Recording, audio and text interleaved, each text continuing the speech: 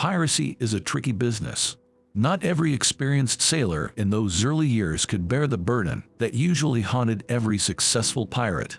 But behind the backdrop of months at sea are amazing and incredible stories that have made the most ordinary men and women known worldwide. Their names still send shivers down the spine of anyone passionate about maritime adventure and wanting to know more about the wildest pirate stories. Are you one of them? Then make yourself comfortable, because we will tell you about some of the most famous pirate lords and ladies in the next couple of minutes. They, in their time, kept the world's seas and oceans in awe. We begin with perhaps the most famous and hyped pirate in history. Edward Teach, better known as Blackbeard, earned fame because of his somewhat menacing appearance and monstrous reputation. Granted, he could plunder ordinary ships for a long time without resorting to violence. Ordinary sailors fled in terror when they saw the legendary ship called Queen Anne's Revenge on the horizon. The pirate's nickname came from his thick black beard and intimidating appearance. He was rumored to tie lit wicks under his hat to frighten his enemies. Teach founded a pirate alliance and blockaded the port of Charlestown, South Carolina. He accidentally landed the Queen Anne's Revenge on a sandbank near Beaufort. Consequently, he had to accept a royal pardon and briefly retire from business. Teach spent several months plying his trade along the river. He sold his loot but more often robbed passing ships and spent most of his time drinking with planters who could not refuse him. As time passed, he became more and more brazen. He began to extort the wealthy planters into paying off contributions that they had to make. The planters and riverboat skippers sent a request for help to the local governor, who organized a real hunt for Blackbeard. Lieutenant Robert Maynard, experienced in battle, was sent to capture him, and he took every possible measure of secrecy to prevent the pirates from discovering the plans for their capture. The pirate ship had only 25 men, but as was his custom, Blackbeard spent the night drinking with the skipper of the merchant ship.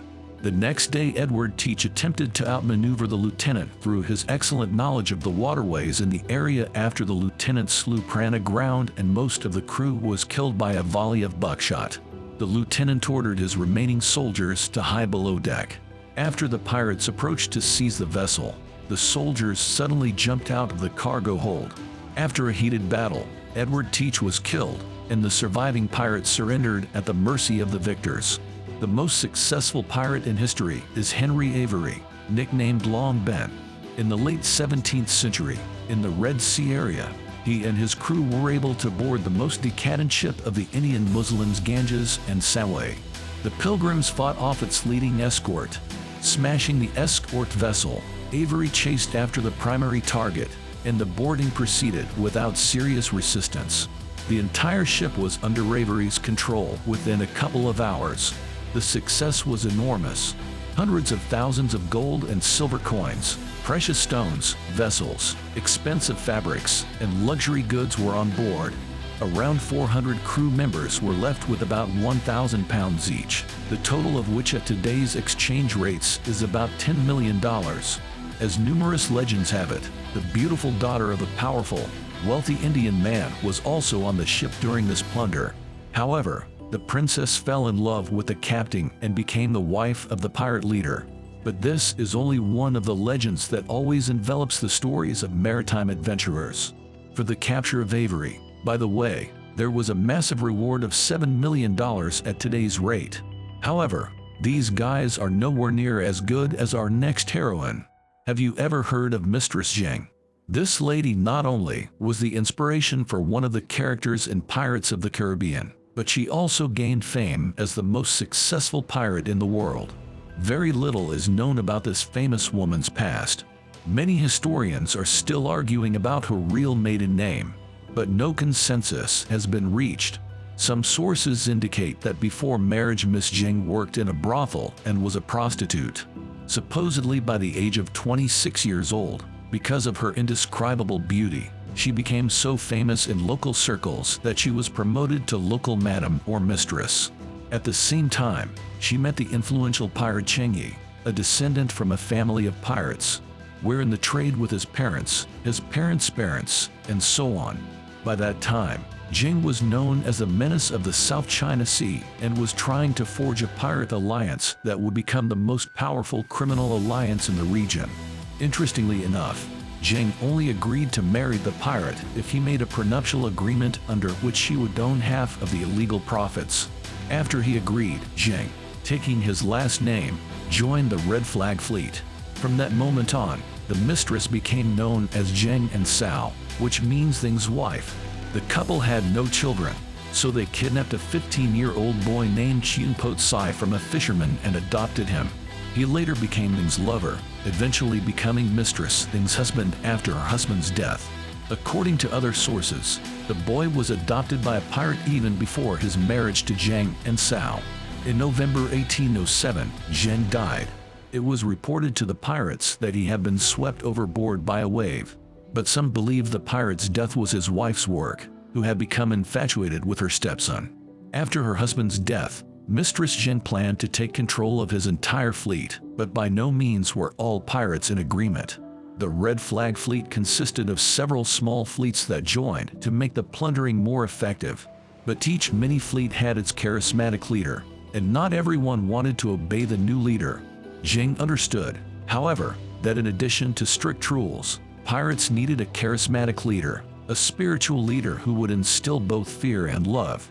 Such a person for the Red Fleet pirates was Jan Bazay, the young lover of the mistress.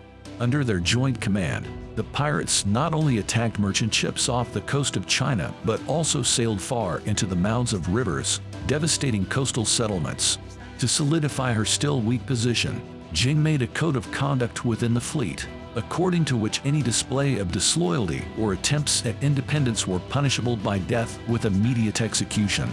Anyone who attempted to give orders not coordinated with Lady Zheng would be put to death on the spot. This measure was directed primarily against low-ranking commanders. After several pirates had parted with their heads, everyone realized that Lady Zheng was not kidding, and she had the majority on her side, who saw her as the rightful heir of Jingyi.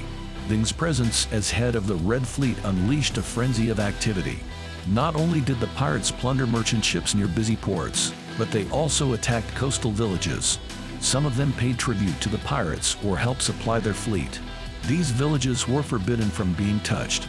If there was a stubborn village that didn't want to pay or help, their fate was grim. Miss Thing's pirate trades were more like genocide than plunder. The male population of the villages was usually slaughtered mercilessly. Women and children were taken captive and then sold into slavery. Of course, all the pirates, who had grown bold enough to consider themselves masters of the sea, could not be ignored by the government. Admiral Xian was sent on a punitive expedition with a fleet of 100 ships. However, he failed to win 3 battles. In the 4th, the admiral's forces suffered such a crushing defeat that he committed suicide out of shame. At the height of her influence, Mrs. Zheng controlled a fleet of 300 junks and had between 20 and 40,000 men under her command. Unfortunately, various sources give conflicting information on this part, but in comparison, the forces of the thunderous Caribbean and one of the most dangerous pirates in history, Henry Morgan, did not exceed 2,000 men. And the legendary Edward Teach, who went down in history under the nickname of Blackbeard, had about 300 pirates under his command. In September 1810, the main force of Miss Thing's pirates encountered the Portuguese fleet near Macau. Thus began a series of naval battles that went down in history as the Battle for the Tiger's Mouth. Despite the pirates' vast superiority in numbers, the Portuguese were victorious in the decisive battle. Their ships had experienced officers and crews and plenty of artillery. The smaller pirate junks maneuvering around them could not get close and suffered significant losses due to heavy fire. The pirate fleet was further weakened by the fact that some of its commanders did not go into the decisive battle, preferring to be granted amnesty by the Chinese government. Surviving pirates of the battle took refuge on a river, where the Portuguese ships could not go because of their size. However, the mouth of the river was blocked by them. The fugitives were trapped. Stalemated, the pirate queen decided to take advantage of the mercy of the government and surrender. She disbanded her fleet. In exchange, she was guaranteed complete freedom. The pirates were also allowed to keep their loot so they would not be tempted to return to their criminal trade. Incidentally, Mrs. Zheng lived quite a life after that by pirate standards. After her husband died, she moved to Macau, where she opened a brothel and sold salt. The famous pirate died in 1844 at the age of 69. By the way, there have been many successful and famous female pirates in history. Just look at Grace O'Malley, also known as Granule or the Witch of Rock Fleet. This Irish beast of noble birth terrified all British ships, and the red-haired, statuesque Granule successfully combined childbirth, romantic adventures, and robbing coastal castles and ships. Legend has it that cheeky British colonial ships decided to attack O'Flaherty Castle out of the blue when Granule and her children were there. She locked herself in the bathhouse and ordered the lead roof to be melted down, and the metal poured over the attackers' heads. Meanwhile, she set fire to the brushwood stacked on top of the tower. Seeing the fire, her ships, which had been guarding their prey on the high seas, returned and smashed the English to smithereens. After this victory, the Castle of the Rooster, as it was called by the locals, was renamed the Castle of the Hen because of the pugnaciousness of its owner. Pirate activity was so successful that Queen Elizabeth I offered Grace to serve her, which she firmly refused. Grace sometimes submitted to England, then later fell back into disobedience by killing and plundering the English. She fought the invincible Armada of Spain on England's side in 1586. In 1603, the Witch of Rock Fleet died. Unfortunately, historians don't know exactly what happened or where her body was later buried. Pirates have always been an exciting breed in world history. Their lives could never be described as dull, and their deeds were confined to the frontier of reality and legend. Of course, unlike in modern history, we will never really know the absolute truth about all their adventures. But this does not make the stories of the legendary Blackbeard any less enjoyable. Until we meet again, friends.